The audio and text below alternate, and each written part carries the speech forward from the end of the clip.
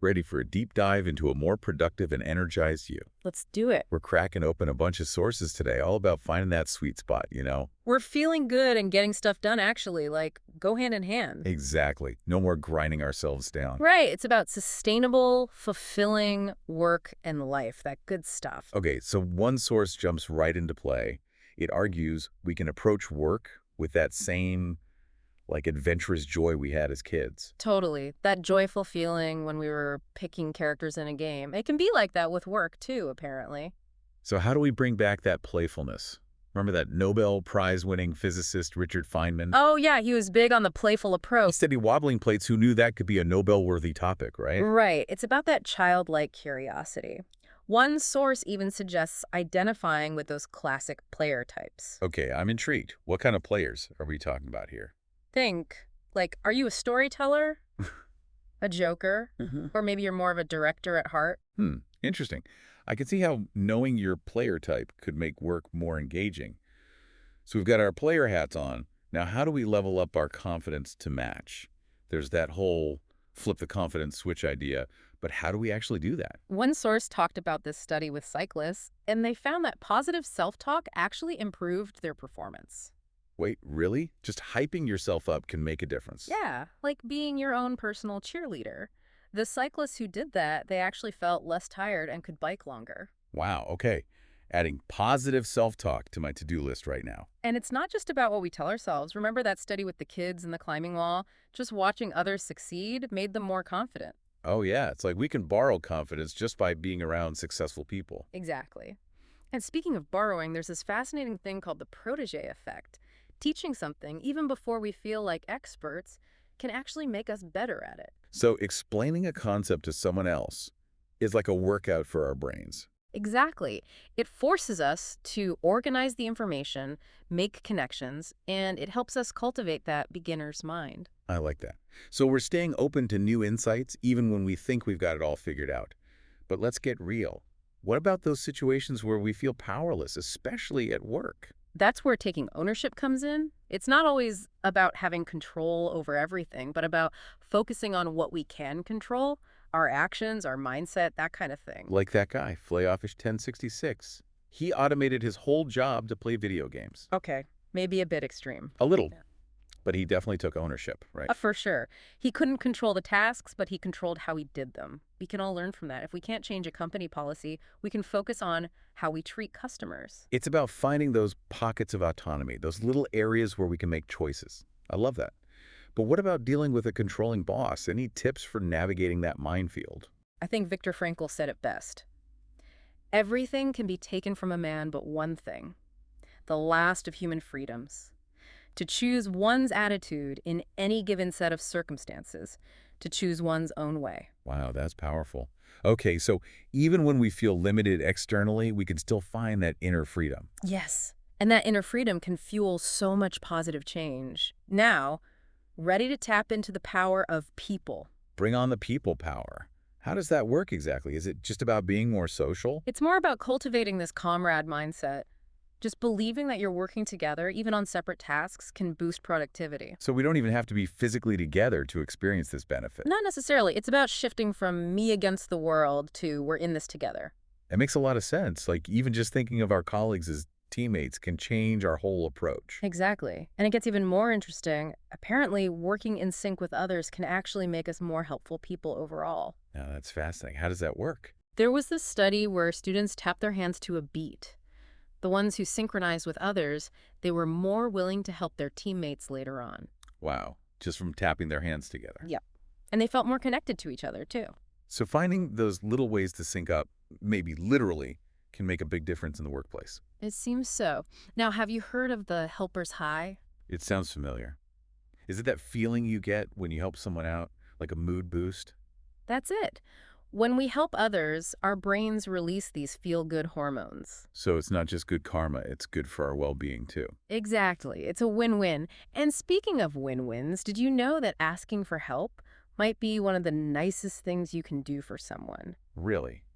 That seems counterintuitive. How so? It's called the Benjamin Franklin effect. Remember how Franklin won over a rival by asking to borrow a book? Oh, right, because it made the rival feel important and respected. Exactly. It feels good to be needed. So asking for help isn't a weakness. It's actually an opportunity to build stronger connections. Exactly. We're all in this together, right? Absolutely. Now, I'm curious about those times when we're just drowning in to-dos. How do we combat that feeling of overwhelm and get clear on what to tackle first? Well, one source dives into the idea of clarity, and it all starts with understanding that uncertainty is like the ultimate productivity killer. Oh, I feel that. Uncertainty is the worst. So how do we deal with it? One interesting tactic comes from the military, the commander's intent. It's about being crystal clear on the why behind what you're doing. Okay, I can see that. Having a strong why can help you power through challenges. Do you have an example of that in action? Think about the D-Day invasion. Tons of unexpected obstacles popped up. Right. Things rarely go according to plan. Exactly. But the Allied forces, they knew their why. They had to succeed no matter what. That clarity is what got them through. So even if our plans get messed up, having a clear why keeps us adaptable. But how do we even figure out our why in the first place? One source suggested using the 5 whys technique. Basically, you just keep asking why about a task until you get to the heart of your motivation. Interesting, like, why am I writing this report? To impress my boss. Mhm. Why do I want to impress my boss? And so on. Exactly. It helps you cut through all the noise and get to that core motivation. I like it. Okay, so we've got our why. Now, how do we translate that into goals? I've always been a fan of SMART goals, but one source suggests that nice goals might be even better. Yeah, SMART goals can feel kind of overwhelming sometimes. Yeah. Nice goals focus on the near term, things you can control, and actions that actually energize you. Okay, that makes a lot of sense. So it's less about those big, intimidating outcomes and more about breaking things down into smaller, more manageable steps. Exactly. So instead of write a book, which can feel paralyzing, your nice goal might be write for 1 hour every morning. It's achievable, contributes to that bigger goal, and it feels good to actually check off that daily win. That's a great way to trick our brains into making progress without getting overwhelmed. I love it.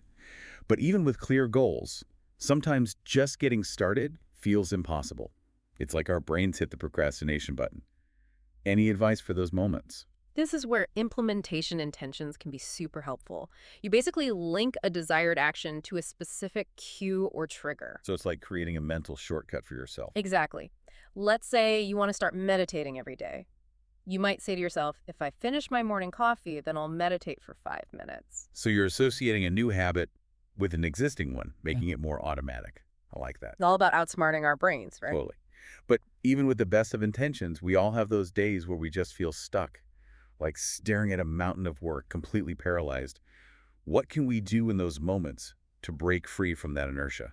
That's where focusing on the very next action can be a game changer. It's about breaking down that overwhelming task into the smallest possible step. Okay, so instead of write a report, it's open the document. Instead of go to the gym, it's put on my workout clothes. Exactly. It's about making that initial hurdle feel less daunting. I like it. But then how do we keep that momentum going? I feel like I'm good for the first few steps. And then, This is where tracking our progress can be surprisingly powerful. oh, you mean like those habit trackers people use? Exactly. Visual cues can make a big difference. It's like giving ourselves those little wins along the way, right? Totally. And speaking of little wins, let's talk about self-forgiveness. Oh, man. That's a tough one. I'm my own worst critic. Well, research actually suggests that being kind to ourselves might be more effective than beating ourselves up. Wait, seriously? You'd think being hard on yourself would make you work harder. It seems counterintuitive, but apparently students who forgave themselves for procrastinating actually ended up being more productive later on. Interesting. So instead of dwelling on our mistakes, it's better to just acknowledge them and move on. Exactly. Self-compassion for the win. Okay, I can get behind that. Now, back to this idea of feeling overwhelmed. One of the sources dives into this strategy called time blocking. Have you heard of that? Oh yeah, time blocking. It's a classic for a reason. It makes sense in theory, but I always struggle to stick with it. It feels too rigid. Well, think of time blocking as having different levels. Like level 1 is all about tackling those tiny tasks we tend to put off. Oh, you mean those little nagging things that clutter up your mental to-do list all day? Exactly. Things like cleaning out your inbox, making appointments, that kind of stuff. So if you schedule time for those little tasks, They don't end up taking over your whole day. Exactly. Then you can move on to level 2, time blocking your entire day. Okay, so that's like planning out when you'll focus on different types of work. Right. Deep work, meetings, even breaks. It helps you stay on track and reduces decision fatigue. It's like you're creating a roadmap for your day instead of just wandering aimlessly from task to task. Exactly. And then there's the ultimate time blocking challenge, level 3. Ooh, I'm intrigued. What's level 3 all about? Level 3 is about designing your ideal week. Wait, hold on. You're telling me I can design my ideal week? That's the goal. It's Hmm. about looking at your schedule and feeling a sense of excitement and alignment, not dread. I mean, that sounds amazing, but also kind of impossible. Like, how do you even begin to do that? It starts with getting clear on your priorities, your goals, those non-negotiables in your life. Then you start slotting those things in first. So it's less about being perfectly scheduled and more about having that overall structure that supports your well-being. Exactly.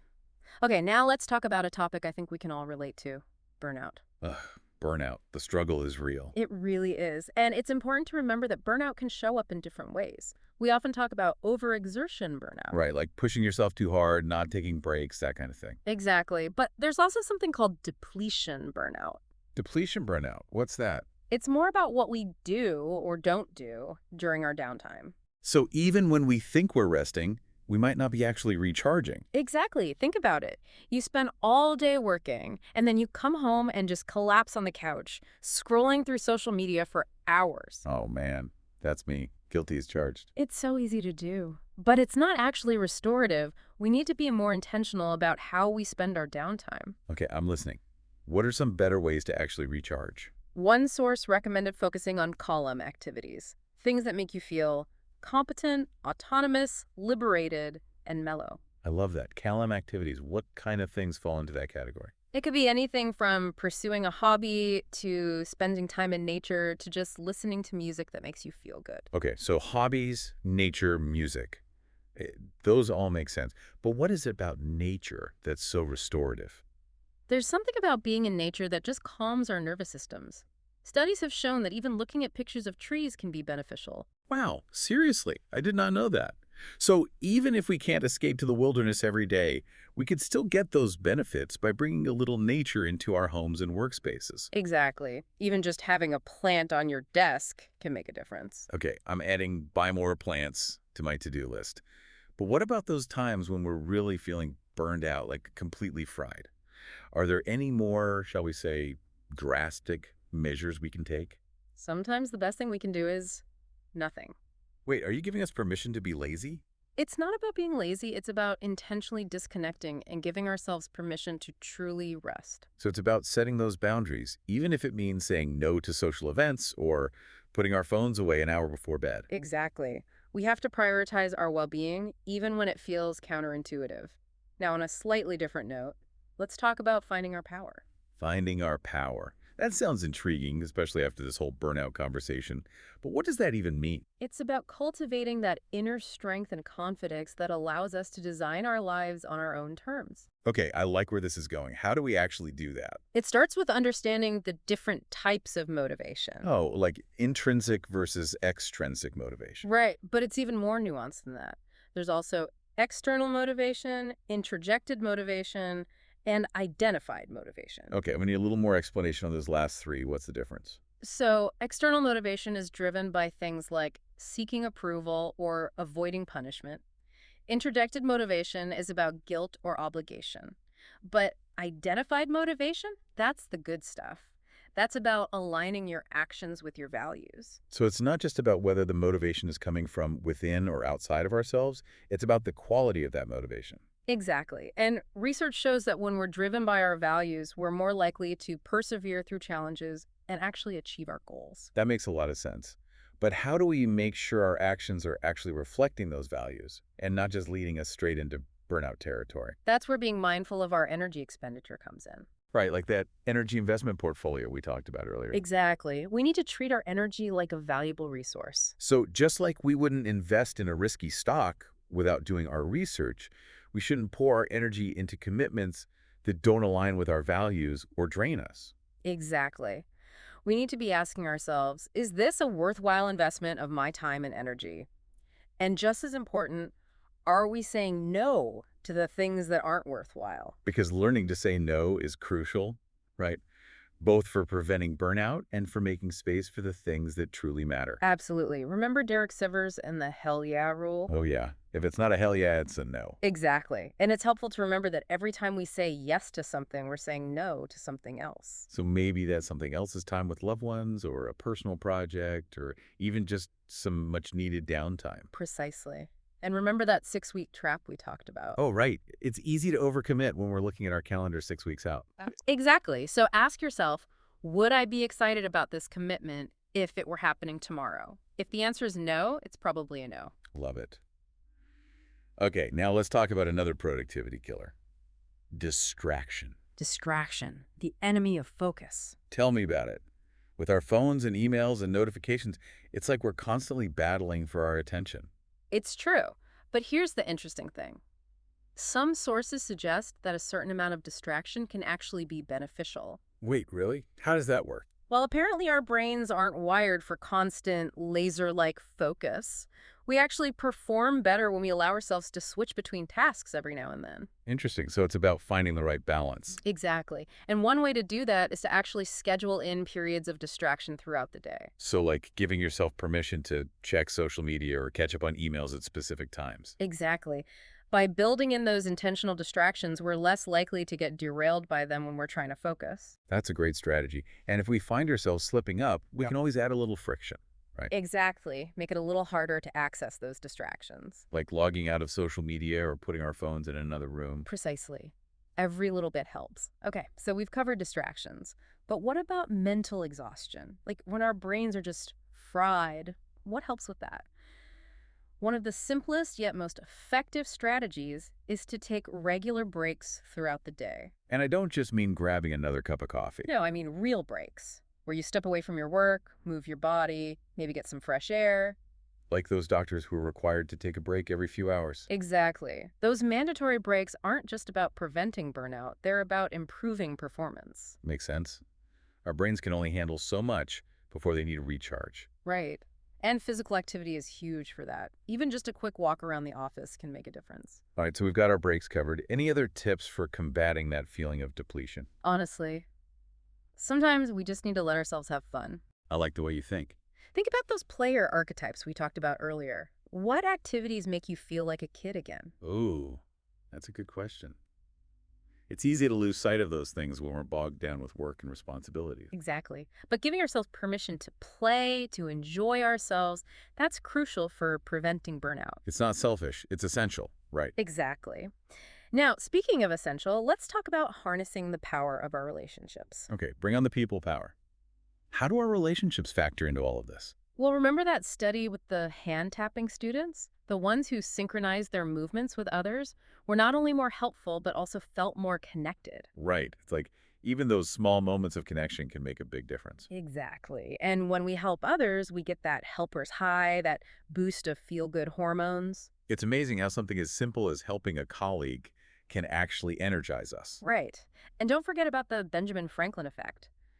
Asking for help can actually strengthen our relationships. It's all about fostering those feelings of trust and mutual respect. Exactly.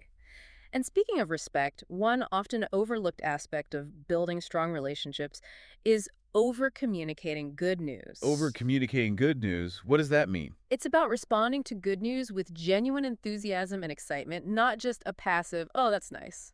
So instead of saying, that's great, we say, that's amazing. I'm so happy for you. Exactly. Make them feel seen and celebrated. I love that. But what about when we have to deliver bad news? How do we over-communicate effectively without being a jerk about it? That's where radical candor comes in. It's about being honest and direct, but also kind and respectful. So it's about finding that balance between brutal honesty and sugarcoating. Precisely. And one way to practice radical candor is to focus on objective observations, tangible outcomes, and potential solutions. So instead of saying, you always interrupt me at meetings, I might say, I've noticed that you've interrupted me a few times in our recent meetings. This sometimes makes it difficult for me to share my ideas fully. Would you be open to trying a different approach? Exactly. It's about addressing the issue in a way that feels constructive and helpful, not accusatory. Great advice. Now, I want to circle back to uncertainty for a moment. It's something we've touched on a few times, but I think it deserves its own little spotlight. Uncertainty is something we all struggle with. It's human nature. Totally. So any tips for navigating those murky waters of what if? Well, we've already talked about the commander's intent as a way to stay focused on the bigger picture, even when things get messy. Right. It's about remembering our why. And we can use those 5 whys to get to the heart of that motivation. Exactly. And once we have a clear why, we can then use implementation intentions to break down our goals into smaller, more manageable actions. Right. Those mental shortcuts can be so helpful when we're feeling stuck. But even with all the best strategies, sometimes we still procrastinate. It's like our brains are hardwired to resist productivity. It's true, but there's actually a fascinating explanation for why we procrastinate. It all comes down to this concept called the procrastination gap. Basically, it's the gap between our intention to do something and actually taking action. Okay, that makes sense. We intend to get things done, but then something stops us. Right. And research suggests it often boils down to our emotions. We avoid tasks that trigger negative feelings, like anxiety or boredom. So we procrastinate because we don't feel like doing something. That sounds about right. Exactly. But here's the key takeaway. It's not about waiting for the perfect moment or for the motivation to magically appear. It's about taking action despite those feelings. Easier said than done, right? But how do we actually motivate ourselves when we're dreading a task? One powerful approach is to simply acknowledge those negative emotions without judgment. So instead of beating ourselves up for feeling anxious or overwhelmed, we just say, okay, I'm feeling this way. Now what? Exactly. And then we can reframe the task in a more positive light. Instead of, I have to do this report, it's, this report is an opportunity to showcase my skills. I love that. It's about shifting our perspective. Exactly. And remember, we don't have to love every task. Sometimes it's about recognizing that doing something we dislike, even for a short period, is ultimately serving a larger goal that we do care about. Right, like maybe we don't enjoy cleaning the kitchen, but we do enjoy having a clean and organized home. Exactly. And sometimes just getting started is the hardest part. Yeah. That's where the very next action approach can be so helpful. Right. We talked about that earlier. Breaking down a daunting task into the smallest possible step. Exactly. If you're dreading writing a report, your very next action might be simply opening your laptop and creating a new document. It's about lowering that barrier to entry, making that initial step feel less daunting. But then how do we keep that momentum going? Because I feel like I can get started, but then I lose steam. This is where tracking our progress can be incredibly powerful. So like a visual reminder of our accomplishments. Exactly. Think about those progress bars you see on websites. Right. Or even just a simple to-do list where you can physically check things off as you go. Exactly. Those visual cues give us a sense of accomplishment and motivate us to keep going. It's like we're giving ourselves those little dopamine hits along the way. Yeah. I like it. Mm.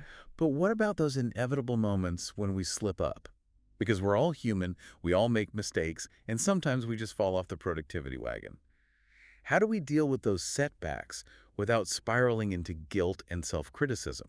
That's where self-forgiveness comes in. It's about recognizing that we're not perfect, and that's okay. Because I feel like my instinct is always to beat myself up when I make a mistake, especially when it comes to productivity. I think that's a common reaction. But studies have shown that self-forgiveness is actually more effective than self-criticism when it comes to achieving our goals. Really. So instead of dwelling on our mistakes, it's better to just acknowledge them, learn from them, and move on. Exactly. And remember, progress isn't linear. There will be ups and downs, setbacks, and breakthroughs. It's a journey, not a destination. I love that. Yeah.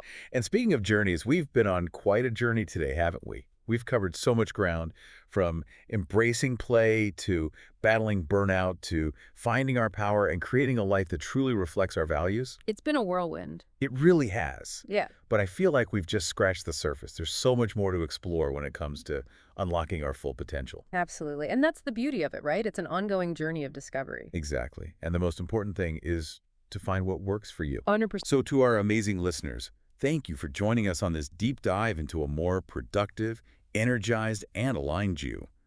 We've shared a ton of insights, strategies, and even a few personal anecdotes along the way, but now it's your turn. What resonated with you? What are you going to try differently tomorrow? We want to hear your aha moments. Because the real magic happens when we take these ideas and put them into practice in our own unique lives. So go forth and experiment. Embrace the journey and never stop learning and growing. Until next time, Stay curious and keep those productivity vibes high.